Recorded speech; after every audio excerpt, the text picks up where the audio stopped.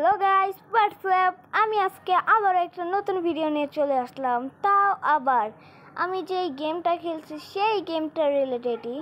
এই গেমের ভিতরে আমি আমার বন্ধু কিলার ওয়াইটিকে চ্যালেঞ্জ দিয়েছিলাম যে আমার থেকে কাস্টম করার জন্য, কিন্তু সে বলছে যে তার গেম ডাউনলোডই হচ্ছে না। কেন?